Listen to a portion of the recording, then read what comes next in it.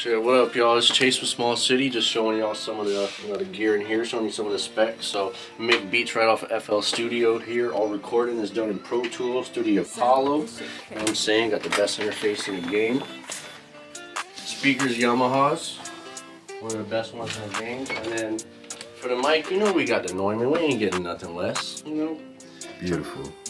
Got the Neumann in here, getting the best sound possible. You know what I'm saying? So, it's a simple setup, but we do what we do over here with the sound, man. We're gonna get you right. Ask your boy behind the camera, you know.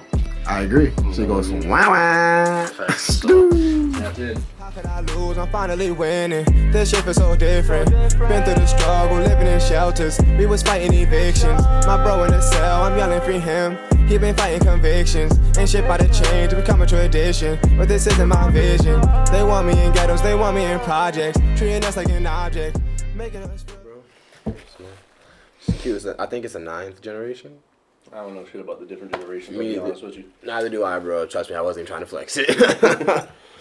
But boom, but my boy used to work at Apple, and every single time, like, he sees an Apple product, he's like, oh, that's the 10th generation, or bro, that's the 5th generation, yada yada, and that's how it's different from that. And I'm like, bro, I just needed to connect to the internet. pretty much, honestly.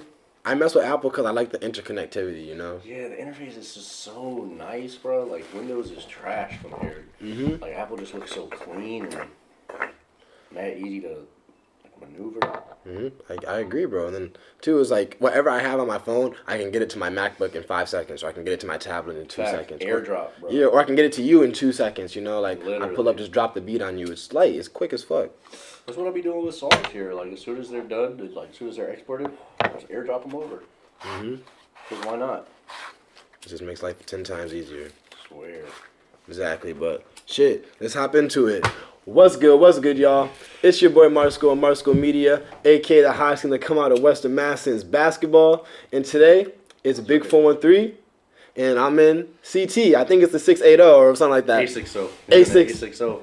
Thank you. Yes, sir. A60. And I'm with a Connecticut resident himself. The one, the only, one half of, you see it, Smallcitystudios. Yes, sir. Cheers, Briley. Here. What up? Thanks for having me, man. No problem. Thank you for having me. Because as y'all can see, the logos behind us, we're actually in Smallcitystudios right now. Different location today. You know what I mean? Exactly. Boy pulled up over here.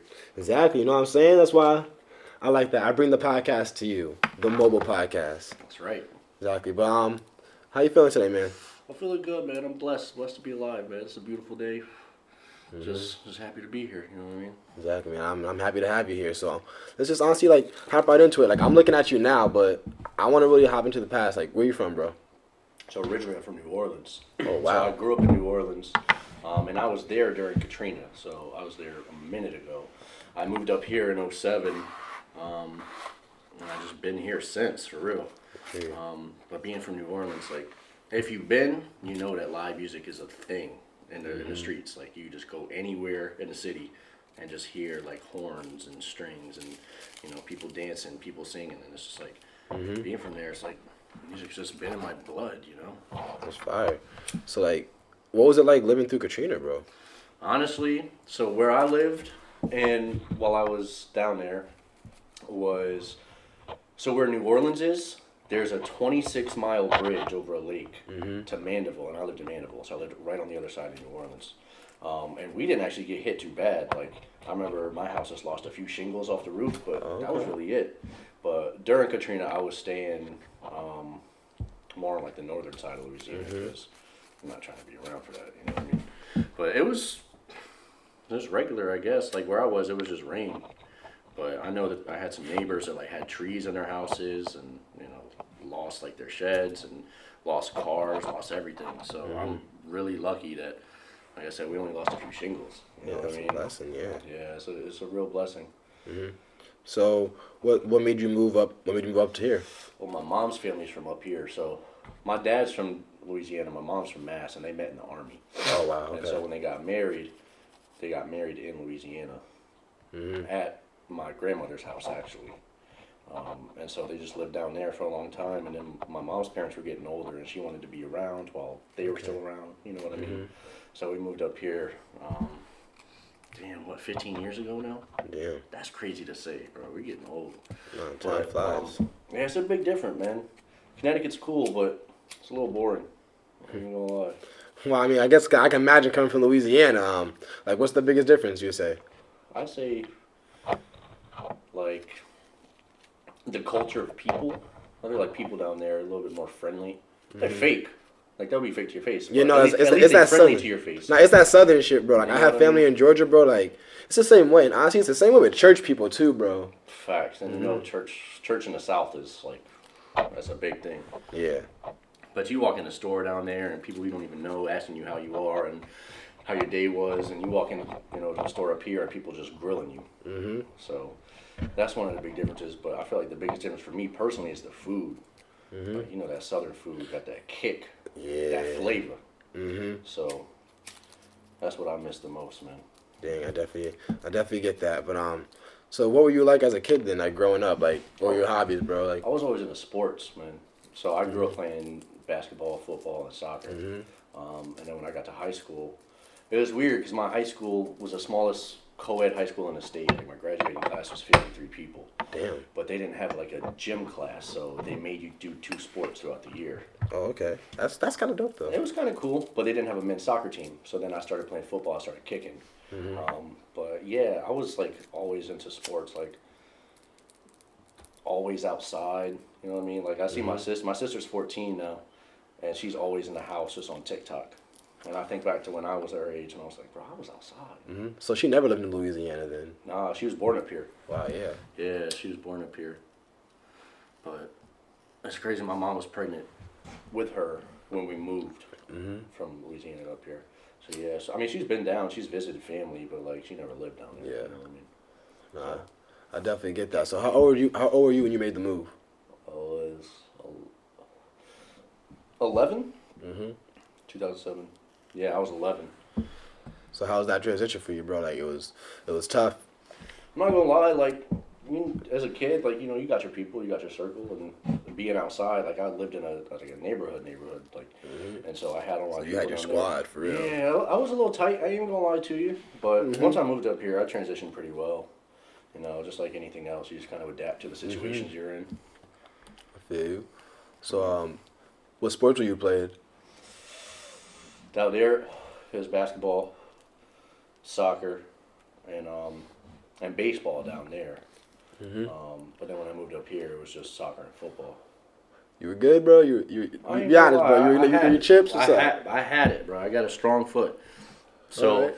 when I transitioned from soccer to football, like I said, I was kicking, and I ended up going D1. I went to UConn. Oh. I started kicking up there. I didn't really last that long, but you know, I was up there for a little bit. That's fire. You know, What was that college experience like? What was it like playing D1 sports? it's tough, bro. I ain't gonna lie. If you want to do it, be prepared. But it was tough for me, especially because I was commuting. So I was living in Manchester, which is about 30 minutes away from stores, 30 minutes from campus. And I had 6 a.m. workouts, either 2 or 3 times a week. I don't even remember. But then 6 a.m. workouts to 10 a.m. class to like 10 to 2. And then meetings at 4, practice at 4:30, dinner at 7, study hall at 8 to 9, and Yeah. then driving home. You know what I'm saying? It's a long day. Crazy. It's bullshit. And then traveling on the weekends, like, it's a lot. You know, I thought I was ready to give myself, like, my whole life to football. Nah, you're not. I You're wasn't, not. bro. I wasn't. Shout out to the people who can, though, man. Y'all really working. No, it's crazy. Like, so I was like, even like on a D3 level, I was gonna go do D3 track, and like, even that schedule was like crazy, and I didn't end up being like doing it. I was like, fuck that It's shit. just college athletics, man. They expect you to be machines. It's a full-time Like, job. It's a full-time job on top of being a full-time student. Which is a full-time This is a job. full-time job. So you got 2 full-time jobs, and then if you are actually working, it's just that much harder. Which is probably you're not. So you're broke too. You're broke. Just broke, trying to get a meal, like waiting for practice so you can get like a little pre-practice snack. Like it's tough, but it was fun. Like don't get me wrong. Like we played in Yankee Stadium, so I got to see Yankee Stadium in the locker rooms. Like, that was fire. You know, we flew down to Florida, down to the Carolinas. I forgot which one. But that was cool. Like just to see some different shit. You know. Yeah, what I it's mean? fire. You got any cool stories from like when you were playing college soccer, bro? It was football or soccer? College football. Okay, I mean, I football. played with Byron Jones Oh, wow. Yeah, he was a senior my freshman year, and bro's strong. But it's crazy. I was thinking about this the other day. So our UConn is right next to a high school. I forget which high school, like E.O. Smith or something out there. Okay. But there was a problem that like people's shit just kept getting stolen out of their lockers. And the coaches thought it was like somebody on the team. And then I'm in study hall one day, and I go into the locker room like to get my It's charger. high schoolers, isn't it? And it was high schoolers stealing shit, and I caught them, and I was like, yo, what are you doing? And I remember it was one of them left, and like 4 of them had like ran out, and the one that had stayed was shook. So I was like, yo, call everybody back. And everybody came back, and they ended up recovering everything. But like, bro, if my phone didn't die, I would have never seen them. You know what I mean? If I didn't need my charger. They had a schedule or something. In fact, no, they knew like. That was someone's little brother. I don't know who it was, but thank God they got everything back. That was kind of cool. Yeah, that's dope. But like I said, it was just a lot.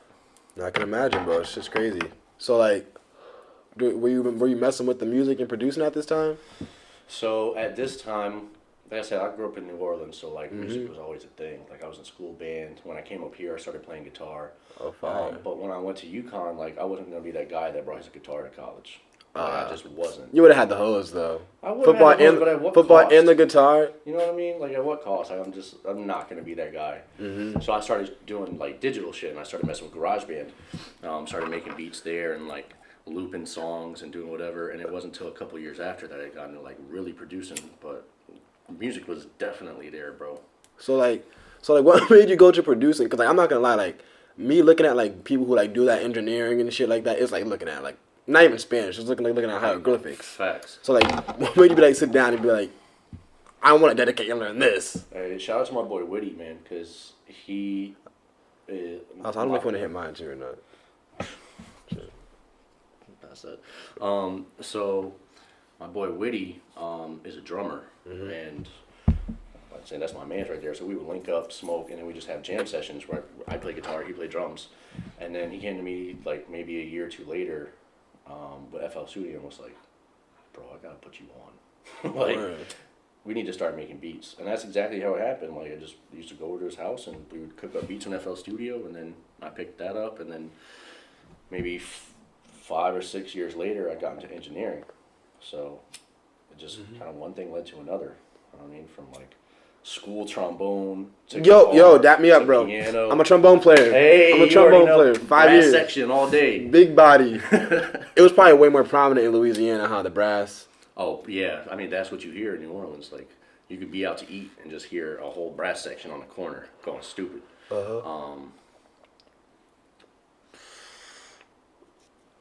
yeah, it's like I said, just one thing led to another. That's dope. There's always music. Yo, I want to talk about that band, bro. How long you play on the trombone for? So it was either my 4th and 5th grade year in school or just my 5th grade year. I don't even remember. It wasn't that long. But it felt like a long time. Nah, bro, I started in 4th grade. They got me early. I remember they came into my classroom, bro. Cause like over here, I'm from Western Mass. Yep. There was no like brass section, like besides like the trumpets and shit, but no one was playing the trombone. So they were like going to schools recruiting the little kids, and she was like, dude, like showing me. I went home. I was like, Mom, this is it. I have to. Like she walked. I was like, Mom, like it does this. Like I need to have it. And you could slide it and then slide Yeah, the other way. I was like, do, so I'm making the noises, and like so my mom went out and got it, and there was like 4 of us like the whole time. I played for like 5 years from like 4th grade to like before I got into high school. Like right before I got into high school. Damn, she's waiting for a long time. Yeah, I was rocking with it, bro. Like I fucked with it heavy, bro. What other instruments did you play? Like you were talking about? It's just guitar and piano. I tried to pick up drums, but I'm not coordinated enough with my feet to be hitting all that shit at once. When did you But get I into understand guitar? percussion. Oh, that's fire. I got a guitar in 6th grade when I moved up here because the school I went to didn't have a school band. And I was like, well, I can't play trombone anymore. I'm gonna pick up something else. And I was like, guitar looks fire. And I just picked it up and did some lessons and figured it out. But outside of that, nothing. Just all digital. Word. Yeah. That's fire, bro. So like you said, like how old did you start producing again? I was probably 20. Okay. About 20. So what was the learning curve like? When did you start feeling confident in making your beats? I don't know. Producing's a weird thing because every producer's first beat, they think that's the one. and then they make 100 more beats, and they go back to that first beat, and they're like, oh, that's kind of trash. But there was always the confidence there. I'm not gonna lie. Mm-hmm. But in terms of a learning curve, I don't really know. Maybe a couple months to learn the software and understand mixing and things like that. But it wasn't that long. Like if you got an ear for music, you can most times figure it out. Right. You know what I mean? So you feel confident? So you feel confident where your beats are now, then? Hell yeah, bro. I ain't gonna lie. I be making gas. How many beats have you made? Okay. All right, so I was in here cooking up last night. On this computer right here, I got close to 600. Damn. On my laptop, I got close to 400, and then on my boy's laptop, we probably got a good 150 to 200 combined. Damn. So yeah, bro, like we just cook up. Like we really just sit here and we'll make beats for hours, bro. But when you enjoy it, it makes it that much easier. Exactly. And it just starts with the passion, you know. I feel you. So like, do you sell your beats? Like, is there music out there right now? Like with Chase Briley on the beat? You know? Yeah, of course. There's a lot of shit out. I don't post my beats because I'm not gonna lie. I got into it with who I thought was one of my boys. They ended up stealing me and Witty's beats over some petty shit, and then just like threatened to sue us over our beats, and it was like a whole thing. So I don't post my beats anymore because I'm not trying to deal with that again. Yeah, like you had it like on YouTube or something. No, so I was working with him directly. So I had met him on Xbox because he lived in another state, but he was boys with all my boys. And so, you know, I found out he did music, and I was like, oh, bet, let's work. So we started working for like a year and a half, 2 years, and then out of nowhere, bro just switched up and basically just stole our beats. It was like taking the beats we were sending him and then selling them to other people, or, you know, it's like some weird shit. Some bullshit. Yeah, so I just keep all my beats on my hard drive, and when people are in the studio, I just play them. But the internet's not seeing my shit. I ain't gonna lie. It's exclusive. Exclusive. Come to Small City and grab a beat. Facts. So who's Witty? Witty is my right hand. So he's one of the producers here at the label. Okay. He's also an artist. So he's been working on a tape for a little while. It's gonna drop soon. But yeah, I knew him from freshman year of high school, and it's crazy because I met him in my high school, and then my other best friend at the time went to a different high school. Yep. And then Witty transferred out of my high school into the other high school and became best friends with my best friend. What? So I was like, what the fuck? I guess that means you got a friend type, bro. Yeah, word to me. But yeah, it's my guy. And he got you into producing, like he was already fucking around with it. Yeah, so he had made a mixtape on, I think, GarageBand. Hey, guys, stupid. And then facts. And then he just transitioned to FL, and that's when he brought me in. You know, that's fire. Nah, I used to fuck around with BandLab on the phone. I was a BandLab warrior. Oh hell yeah, bro! I've been there. And the T-Pain auto-tune shit, remember that? Yup. Yeah. Getting stupid, bro. Or like iPhone headphones with the little mic right here. Yup, going stupid. Yeah. Remember like my first ever music, bro. I used like SoundCloud just had like a record feature, bro. He says record into that when I was like 13. Yeah, I remember that. You like record directly into SoundCloud. Yeah, that's crazy. Like, why was that even a feature? Just letting people embarrass themselves. Oh, I mean, at what cost? Exactly. But honestly, let's hop into Small City Music Group. Like, I know you said Witty was a part of it. So who was a part of this? Like, what's this collective? Right now it's me and Ty. So Ty, I met through Witty. And we had started linking up and working on music. And at the time, Ty was fucking with Young Ted at Homies. YTH. I actually met Donzio. Yeah, so him and Donzio are like boys from way back in the day. So I got linked up with Ty, and then we started working on music. And how the studio came about is at the time I was living in Virginia, we're like working out there, and it was right after the pandemic. So like I was in the crib for 2 months off of work, and when I went back, I was a restaurant manager, and I was in there every day. And I was like, bro, this is not it. Like, this is not what I want to do with my life.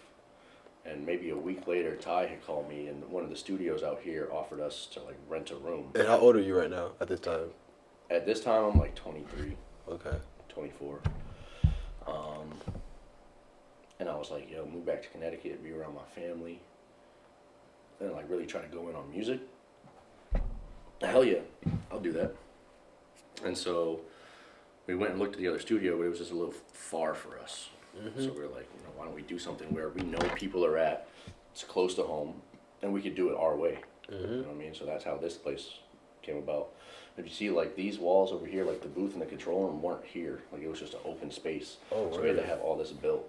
Damn. So it literally came from the ground up. But you know, right now it's just me and Ty, and you know, we just engineer and do the thing. How much money have y'all put into this place? I'd say, like to date, Yes, sir. probably somewhere between 35 and 45. Wow. But that's over, you know, that's over a couple of years. I know, but that's a big investment, bro. Yeah. Dab me up for that, bro. Yeah. That's fire, bro. I respect that, man. Like, that's You how gotta I'm invest trying to in get. yourself. Mm-hmm. And don't think that's all at one time. Like it's not. I don't got it like that. Hell yeah. You know what I Nah. Small shit. You know what you're supposed to do, bro? Was run up those PPP loans. I was in a crib in Virginia, and I was just on Xbox all day. I didn't even know about the PPP until that shit was over. And I was Yeah. like, bro, I could have got stupid racks. And you probably could have got something legitimately too, like Fact. without actually having to go to jail. But at this time, the studio wasn't even a thought. Oh, You word, know, yeah. So I was literally just waiting to go back to work, but just smoking and drinking and fucking playing Call of Duty all day. Facts. So Damn. So what was the change? What was the change? Bro? Like, what was like? I gotta get up and like, for real, like, what changed? honestly, I remember, like I said, I was a general manager at a restaurant. Yeah. And I was doing everything because we were on like a skeleton crew because Yep. nobody wanted to come back to work after COVID. Which like, I would have fucking sat at home and collected unemployment. Like I didn't want to go back to work. I wish I did that, bro. I was at McDonald's making $200 a week. Yeah, you gotta go back. You need that. But I remember I was like doing to-go orders and I was like cleaning up other people's messes and I was like running back and forth. Like I was busy. I was like, bro, this is not it. I don't want to fucking do this anymore. Like there's better things I could be doing. Because I was making music at that time. And I was like, fuck this. You know? Well, So it was literally just one day I woke up and just said, I don't want to do this anymore. And it just so happened that a week later, an opportunity came about where I didn't have to do this anymore. that was lit. So what made you be like? So what made you trust Ty and go to business with Ty? Wow. I've known Ty for a couple of years. Like, we've been doing music together, and, like, you know, everything he said he would do, he did, That's fire. you know? So I didn't have to worry about shit. So how's it been running a business then? How's it been running a business, bro? It's hard. It's really hard, you know? Because, not for nothing, the climate we're in right now is pretty trash. Yeah. Like, the economic climate. So, like, inflation's got everything going up, so it's hard to, like, keep what you're doing steady to please your clients, but also have the income to maintain, like, what's going on in the world. Like, gas is almost $5 a gallon. Yeah, that's You just know what I crazy. mean?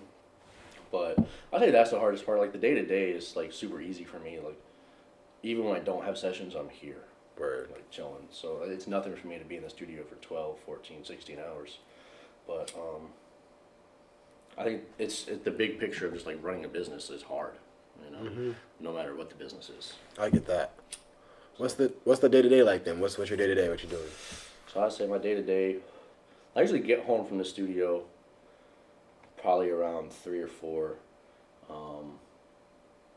Then I go in the next day, usually somewhere around 2 to 4. So I'm in kind of all afternoon and all night. Yeah. But if I don't have sessions, I'm in here like cooking up or just being comfortable in space. You know, it's a nice place, bro. Like, fire. I'll chill here. Shit. Right, it's like throw on the game, order some food. If I have sessions, obviously, like, I'm just in here working. You That's know? fire, man. No, I'm good right now. Thank you. But so how many sessions you say you're doing like in a week? In a week, I'd say somewhere between 25 and 35 sessions. And those vary from an hour to 6 hours. Word. So I feel like the number of sessions kind of fluctuates every week based off how long the session is. Bet. You know, So what was probably like the hardest thing that you've experienced with running this business so far?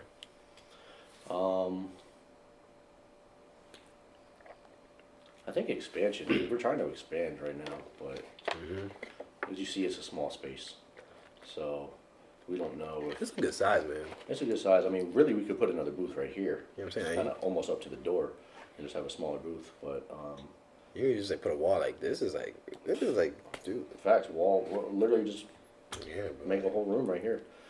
But I think that's the biggest challenge is for any business, you know, to grow, you have to expand. And like I just said, with the climate and inflation, it's hard. But I got some shit in the works. I'm just waiting on the right people to do the job. You know. Yeah, if you, I don't know if you don't want to speak on it or not, but like, what are some things you want to expand into? Like, what are you trying to do? Just have more room. Like instead of one booth, have multiple booths. Okay. That way, as a business, we can have multiple sources of revenue at the same time. Fire. You know what I mean? I don't have to say no to people. You know, I can get people in more, have more clients, have more engineers, put more people on. Because that's kind of the whole thing of Small City is like, how can we bring everybody together? I respect You that. know what I mean? And we bring a lot of people together here in terms of art and in terms of recording. Like people link up and do songs, but like, you know, how do we put bread in other people's pockets too? So it's kind of the things we're thinking about. I get that. So also running this, like getting this business started and like just keeping it going to today. Like, what was like one of the biggest things like you didn't expect? Like you're like, whoa, like this is different. Like, or like shocked you just getting into it. I don't think it was like shocking, but the biggest difference was just working for yourself. You know what I'm saying? Like I come from corporate restaurant jobs where you always have somebody breathing down your neck. Yeah. And you know you have more freedom here, but now you have to be that person breathing down your neck. So it's almost like you have to improve your discipline. You know, so that was I don't want to say that was a challenge for me because I've always been in like leadership roles in my jobs, but leading yourself is different. You know, motivating yourself is different. So. No, I definitely get that. Yeah, you gotta. No one's telling you to wake up early and get into the fucking studio. No one's telling you to make a beat. No one's telling you to like post your shit and promote yourself. You know what I'm saying? Or fucking clean up or. Facts. That's just life in general. Shit, some real shit. That's just life in general, but yeah, it's been freeing. Oh You know yeah. what I mean. I feel you. So like going more to like the engineering side and like recording people. Like, what's your favorite part about doing that and just like making the music with people? Ooh, that's a good question. That's a good question. I don't know. I think the things that excite me about recording are, I guess like pictures that artists paint. You know what I mean? Like as someone who can listen to a beat and appreciate it, I also really appreciate lyrics too. So when somebody can paint that picture, it's like super exciting for me. Or when somebody lays on a fire melody and I'm just like, oh, this is gas. Like it's just exciting. You know? I definitely tell all my clients like I do enjoy mixing more, just because it gives me my ability to like be creative and do stuff. Yeah, that's a good ass question. Yeah, I got you. I'm glad I got you thinking, bro. You got me. Oh yeah. You got more to say on that, or you can move on? Let me know. We can move on. We can move on. Okay, bad. I like that, man. So, boom, like, even more speaking on that, then the opposite side. What's your biggest pet peeve in recording somebody? Ooh. I don't want to say it's a pet peeve, but like certain sessions when people come to find inspiration in the studio versus coming and having something written already, sometimes it just makes things go by like slow. You know, like have somebody in here looking for beats for, you know, over an hour, you know, not really writing, just trying to catch a vibe. And then trying to piece things together. It's just a little bit more complicated versus someone coming in and having a whole song recorded and, you know what I'm saying, or like, not recorded, but written. Facts. I feel you. Like, even me, like, I usually come super prepared. And, like, even the last time I came, like, my friends, because I was hitting a writer's block, and my friends just kept gassing me, like, yo, just go in there and just do it. Like, I came with beats that I know I wanted to hop on. Yeah. But I was like... That's something. Yeah. You know what I mean? Exactly. But even then, I was just like... It's not even me. Like, see, I left early. I was like, screw it. Like, bro, like, it's not really I'm not feeling it right now, you know? And that's, yo, that happens. Like, the amount of times you sit in here and, like, try to make beats, and it's like, yo, this is not working right now. Sometimes you just need to step away for a second, you know? But, like you said, you had something. Exactly, something, exactly. So, boom, like, honestly, bro, like, one more question is, like, how did you come up with the name Small City Music Group? So I remember the original founders of Small City Music Group, not Small City Studios. Okay. They're the music group's like the label, and then the studio's the studio, obviously. All right. So there were 4 original founders. It was me, Woody, Ty, and then Ty's cousin Mar, who goes by Young Mar. Shout out Young Mar. I remember we were sitting at Wilson Pizza, and we were trying to come up with names and ideas. And it was just something about being from Connecticut that's like mad small, and everybody knows somebody who knows somebody. You know what I'm saying? Everybody is tapped in. And it really just is like a small city, and we just want to bring people together. And so as cliche and as simple as it sounds, like that's really how it happened. And honestly, yo, like, so like I said, I'm from Western Mass. Like, can you speak on what the community like is over here? Like, and, like the music group. Like, do people get behind you and like?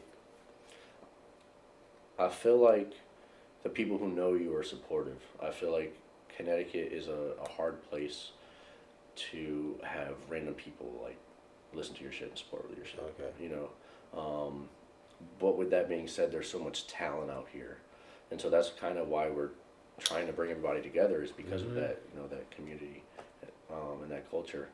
But there's a lot of talent out here. We should have eyes on Connecticut by now. Like Mass has had eyes for a long time, but there's nobody from Connecticut that's like really broke through.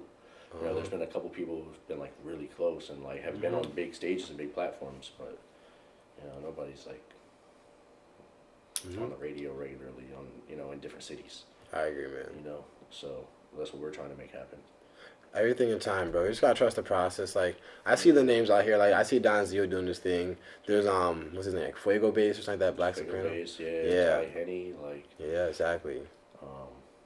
There's a lot of popular, like even Annoyed, and like from Bloomfield, like. So. Things happening. Things coming. Be tapped in. And tapped in. Exactly. And speak on that. Where do you see Small City Music, Small City Studios, Chase Briley in 5 years from now? What's happening? Damn. Yeah, I see us maybe not in Connecticut, maybe in one of the bigger cities like LA, New York, Atlanta, Miami. Like I said, we want to grow, and like we don't want to just be here. You know, we need to tap into different markets, and hopefully that's where we continue to go. I like that. You know? And is there anything you want to drop on the people watching? Anybody you want to shout out? Anybody want to say, we doing it? I will say we doing it, man. Small City is like we've been here for 2 years, and we've made a name for ourselves. So, you know, if you're in the area, you need studio time, hit me up. Hit up the studio page. My @ is Chase_Briley on all platforms. So just, you know, look for me, hit me up, and let's tap in and make some history, man. Hell yeah. I like that. You can find them. Look them up. You see the logo right there. They're making waves. This is a beautiful studio. I record here. I'm out. Marsco Media.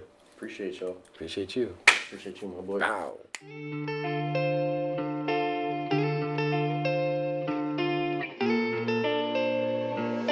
Triple got the sauce, boy.